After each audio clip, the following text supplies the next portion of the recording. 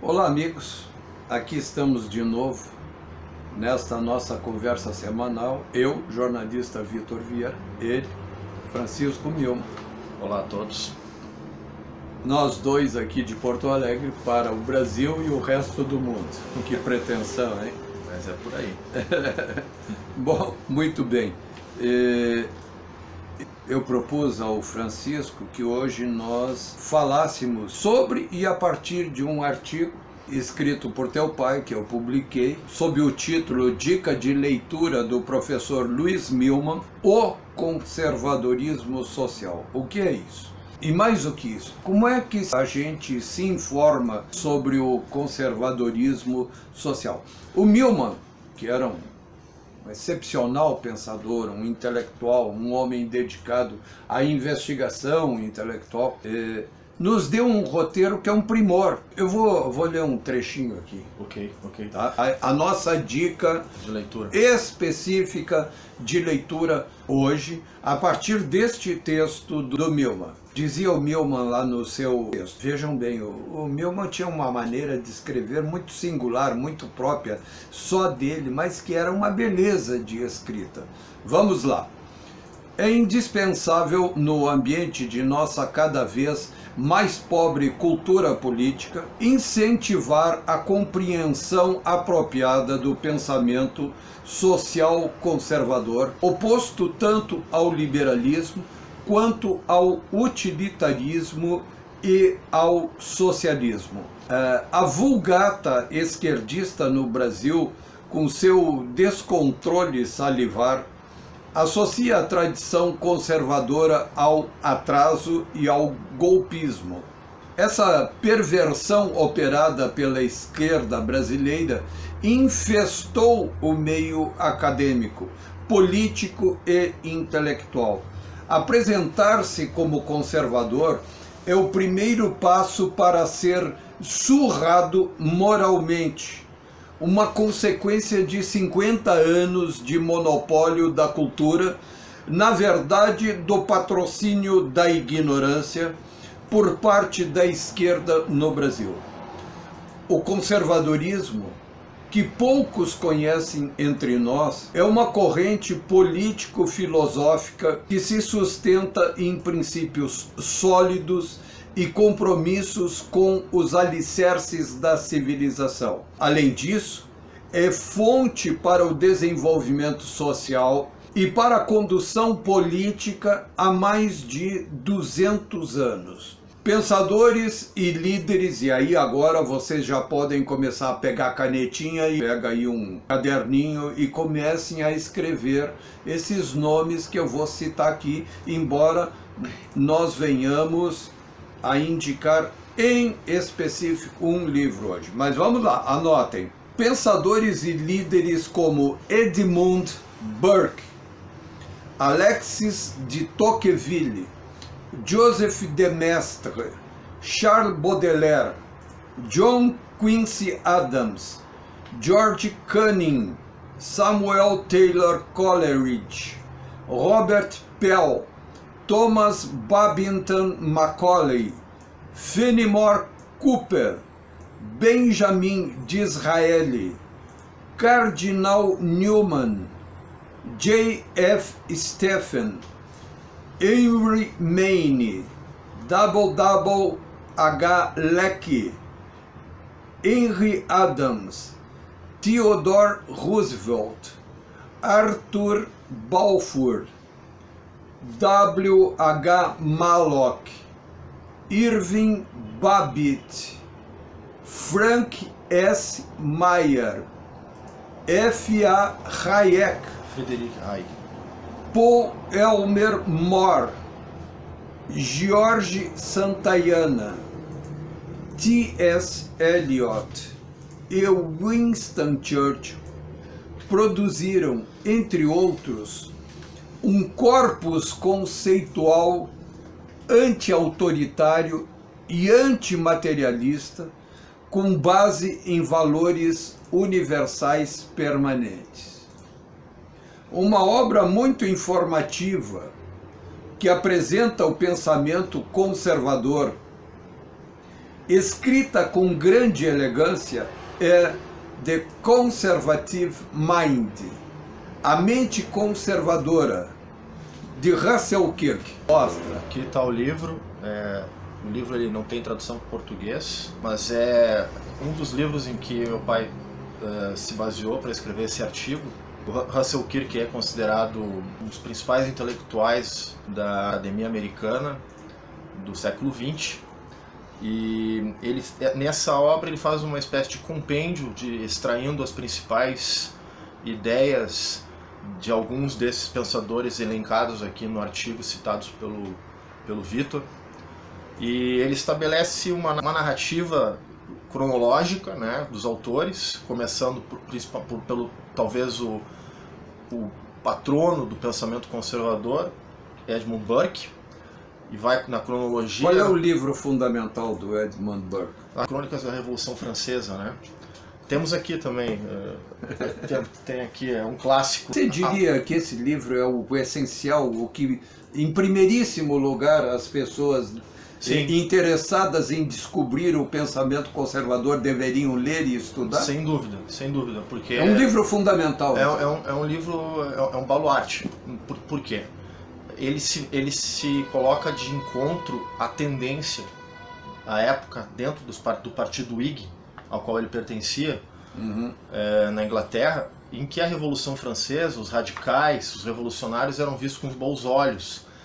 E as ideias revolucionárias estavam começando a ser importadas, inclusive, para a Inglaterra. E ele, como um líder, se posiciona contrário, né, àquele movimento, e estabelece então nesse livro as suas razões. Ele faz uma comparação com a Revolução Americana, a qual ele é favorável. Ele apoiava a Revolução Americana e era contra a Revolução Francesa.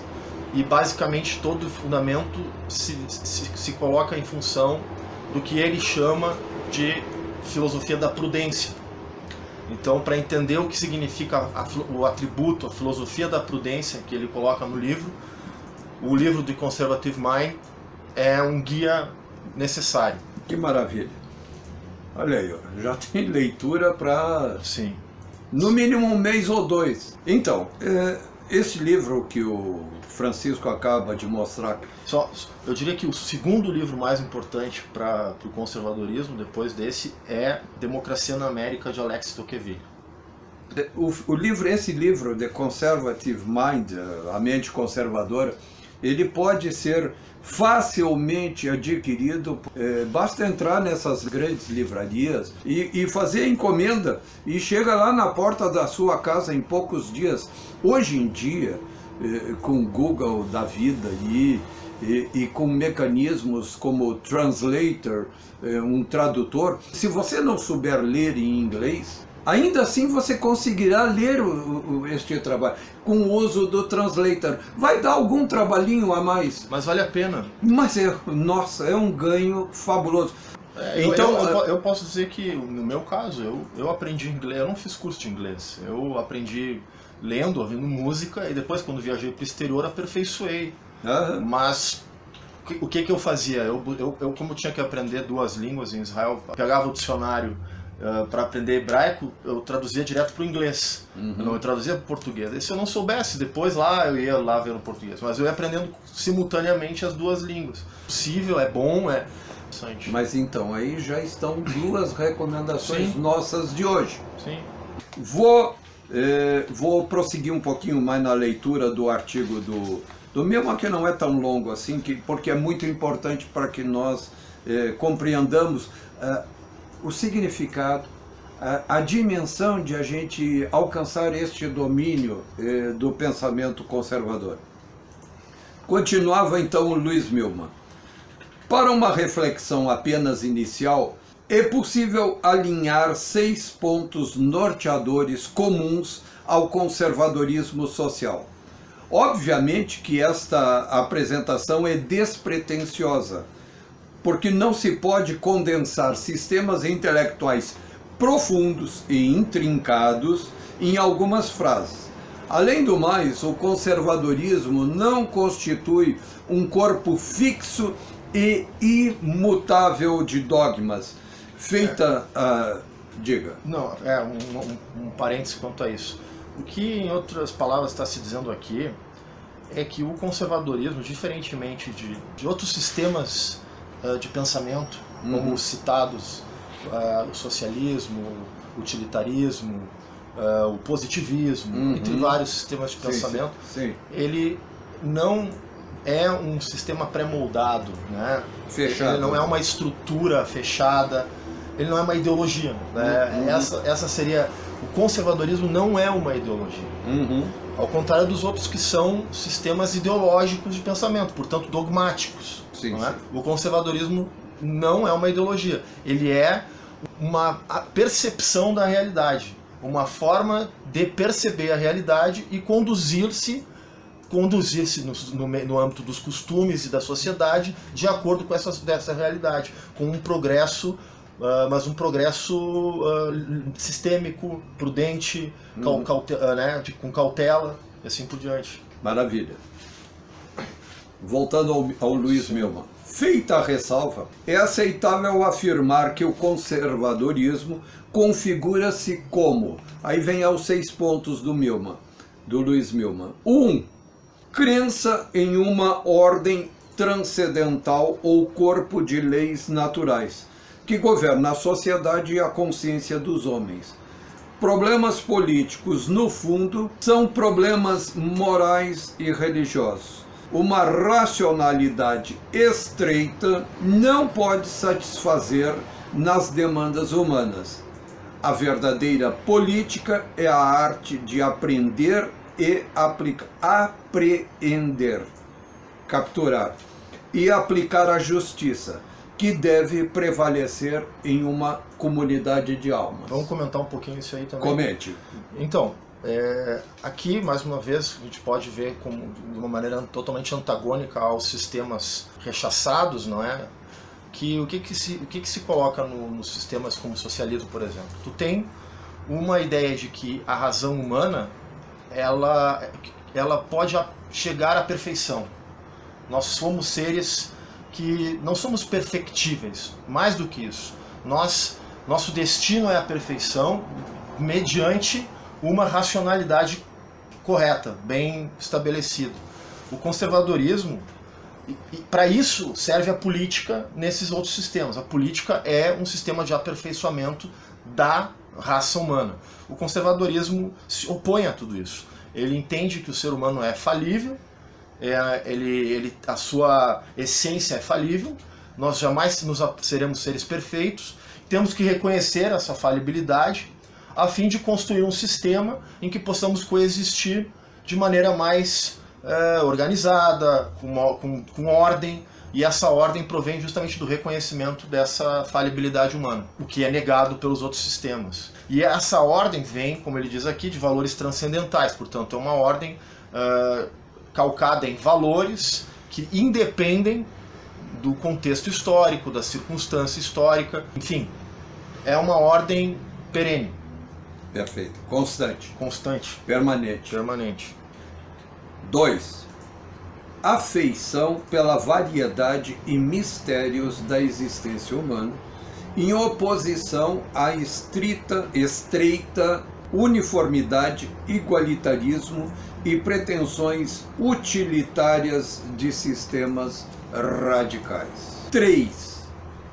Convicção de que uma sociedade civilizada requer ordens e classes, contrariamente à noção da sociedade sem classes. Isso daqui é fantástico. Isso é uma divisão uma ruptura total, completa entre... Não há como um conservador se posicionar tal qual um comunista, um socialista, um marxista. Não tem jeito. Sim. Convicção de que uma sociedade civilizada requer ordens e classes, contrariamente à noção da sociedade sem classes. Se distinções naturais são apagadas entre os homens, os oligarcas preenchem o vácuo. A igualdade última perante o julgamento de Deus, assim como a igualdade perante a lei, são princípios indisputáveis. Mas a igualdade abstrata de condições significa a igualdade em servidão, estagnação e tédio. Exato. Bom, é o que nós sabemos, né? A igualdade como um bem absoluto, um princípio absoluto no comunismo, no socialismo. A tirania é inevitável, não é? A tirania, porque a igualdade absoluta requer o sacrifício da liberdade. Com toda certeza. Porque nós não somos iguais, os seres humanos possuem diferenças inatas. Isso não deve ser algo tido como negativo. Nós temos que saber nos colocarmos nessas diferenças e coexistir de acordo com essas diferenças. Aí está a nossa riqueza. Exatamente. É o contrário do que se apregoa, de que nós temos que procurar uma sociedade, que o comunismo chama de sociedade sem classes. Classe, claro, é um termo marxista, não é? Uhum. A gente está aqui usando um termo marxista. Mas dá para se entender daqui sociedades com diferenças de ordens das mais variadas. E o conservadorismo admite essas diferenças. Não há problema em... Trabalha com essas diferenças. Exatamente. A sociedade constitui-se dessas diferenças. E a evolução humana, o progresso da humanidade depende justamente dessas diferenças. É verdade. Do contrário, não haveria nenhum tipo de progresso. Haveria a estagnação da escravidão. Exatamente. 4. Convicção de que a liberdade e a propriedade estão fortemente ligadas. Liberdade, propriedade, fortemente ligadas. Se separarmos a propriedade da posse privada, o Estado se torna dono de tudo, mestre de tudo. Isso. O nivelamento econômico pretendido pelo marxismo não é progresso econômico. Absolutamente. Aqui a gente vê que o conservadorismo adota assim uma coisa bem lockeana, né? Não, e isso é fundamental por uma coisa, porque o marxismo, o esquerdismo se pretende progressista, quando não é regressista, é estagnador. Ele leva a concentração de poder, o que é basicamente a tirania. Paralisante. Exatamente. Não é? Então a propriedade ela é um fundamento ligado à liberdade. Com então, certeza. O direito de propriedade é que nos faz sermos livres. Exatamente. Um exercício da liberdade depende do direito de propriedade, que é o marxismo nega isso, vai de encontro a isso. O que é um fundamento básico. 5. Fé na prescrição com base no ordenamento jurídico calcado na lei natural. Desconfiança dos sofistas e calculadores que desejam reconstruir a sociedade sobre modelos abstratos. O costume, a convenção e as prescrições tradicionais são impedimentos aos impulsos anárquicos do homem. O ser humano não é bom por natureza. E há a tentação de acúmulo de poder. Esse trecho é um texto fantástico. Tu vê assim, prescrição, a palavra em inglês que traduz por prescrição é prejudice, né? Ou seja, é preconceito. Para nós essa tradução ficaria um pouco aparentemente tem uma conotação negativa, mas preconceito no sentido de que outros já passaram por aquilo e nos passaram a sabedoria sobre o que devemos evitar, não é? Então o conservadorismo entende que há que se respeitar a sabedoria dos ancestrais, a sabedoria dos que vieram antes de nós. Sim. Em oposição a sistemas abstratos de pensamento que renegam ou simplesmente desconsideram a sabedoria prática. Então a prescrição aqui é a sabedoria prática. O conservadorismo sustenta que a sabedoria prática tem que estar presente na sociedade. Do contrário, os pensamentos abstratos vão poder criar as ficções que quiserem, e daí as anomalias surgirão à vontade, como nós podemos ver hoje em dia. Não há limites para as anomalias que se criam, como o transgenderismo, e assim, ideologia de gênero, coisas assim. 6. Reconhecimento que a mudança não pode ser igualada à reforma radical. A inovação apressada pode ser uma conflagração devoradora e não o caminho do progresso. Exato. É a distinção entre o progresso reformista, por meio da reforma contínua, do conservadorismo, e a revolução do pensamento marxista. Exato. Aqui é uma confusão que faz o conservador, ele é reacionário. Ele não é necessariamente reacionário. O conservador, ele muitas vezes pode estar na vanguarda do progresso, na vanguarda da mudança. Só que essa mudança, ela vai decorrer de um processo social inato à sociedade, oriundo das camadas populares, não virá de cima para baixo, não é? Por um tipo de modelo imposto. Por um modelo imposto. Exatamente. Então, essa é a essência da mudança e do progresso do conservador. Tá aqui em oposição à revolução que tende ao caos. Está aqui o fechamento do Luiz Milman, do texto, para este item, o sexto. A sociedade deve mudar, mas a mudança prudente é a que preserva. É a filosofia da prudência, como foi dito antes. Exatamente. O estadista sempre deve ser prudente nos cálculos que faz. Esta é sua maior virtude. Isso já nos gregos, não é? Aristóteles já falava da prudência como uma virtude fundamental para a política. Verdade. Esses traços são muito gerais, mas podem ser encontrados, por exemplo, no grande clássico de Edmund Burke, Reflexões sobre a Revolução na França. Eu havia cometido um engano, eu falei crônicas, reflexões. Reflexões sobre a Revolução na França. Tem traduções em português. Mais do que isso, é fácil você achar em sites por aí que oferecem o arquivo em PDF. Você pode encontrar na internet. Leia. Este texto é o mais fundamental de todos. É um pilar da civilização. Exatamente. É fácil constatar que ele se opõe frontalmente aos vários tipos de radicalismo que têm a marca distintiva desde Rousseau no ataque ao ordenamento prescritivo da sociedade. Ao contrário do conservador, o radical defende. Olha aquelas 6 coisas que o Milman citou antes referem-se à base do pensamento conservador.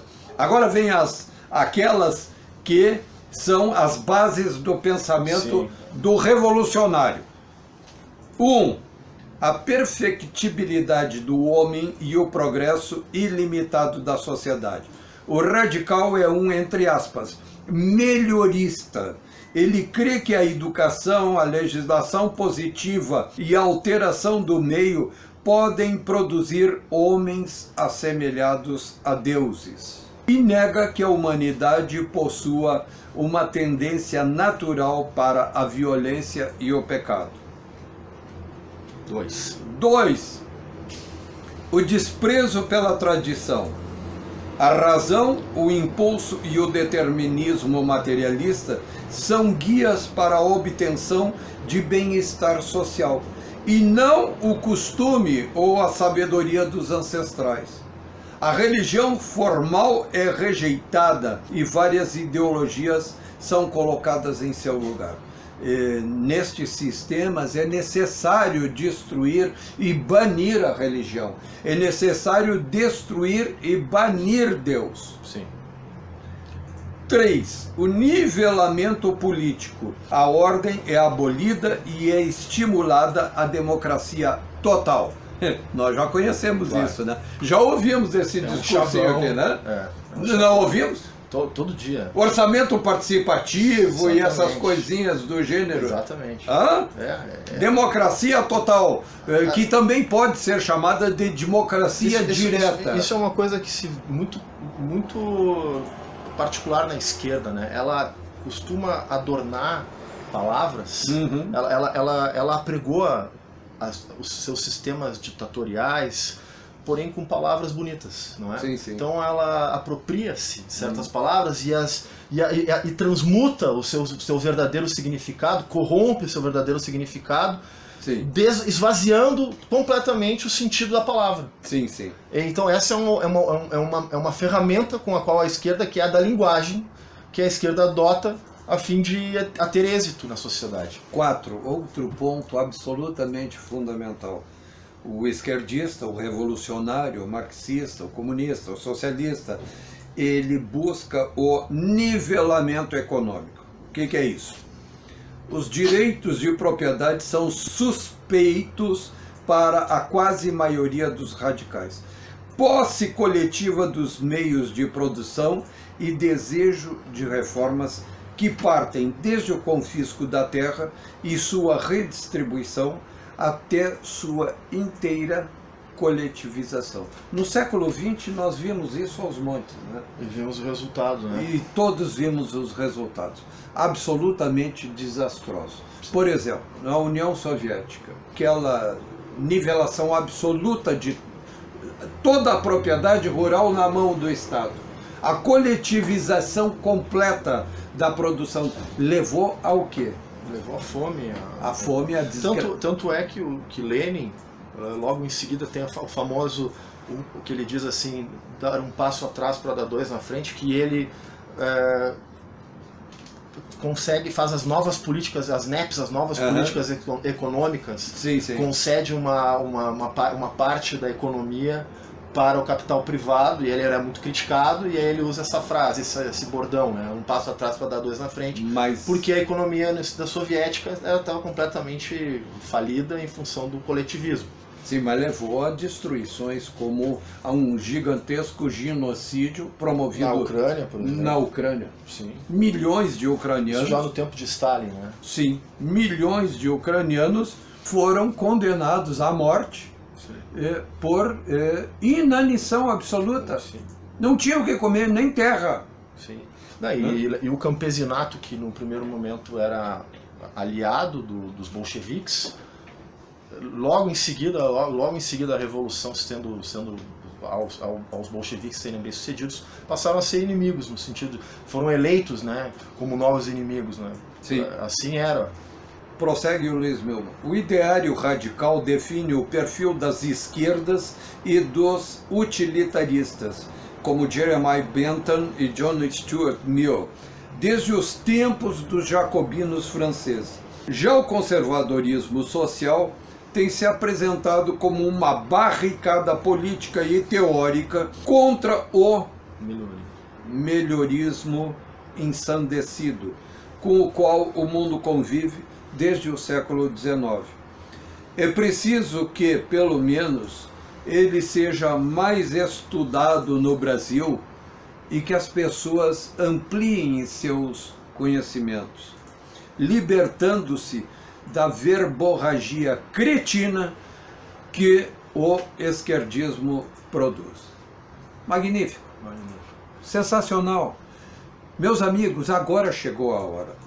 Não pensem que no Brasil, por nós termos conseguido dar um fim, um basta, um estancamento a um regime esquerdista criminoso que dominou o país por mais de uma década, que nós tenhamos ultrapassado a hegemonia do pensamento esquerdista. Não, ela continua aí. Sim. Ela está um pouco acuada, mas ela está aí. É preciso combatê-la. Agora, ninguém combate um sistema desses que teve uma presença hegemônica na nossa vida, no mínimo desde a década de 50 do século passado, no mínimo, sem que as pessoas procurem se dotar de uma bagagem intelectual nesse sentido. Sim.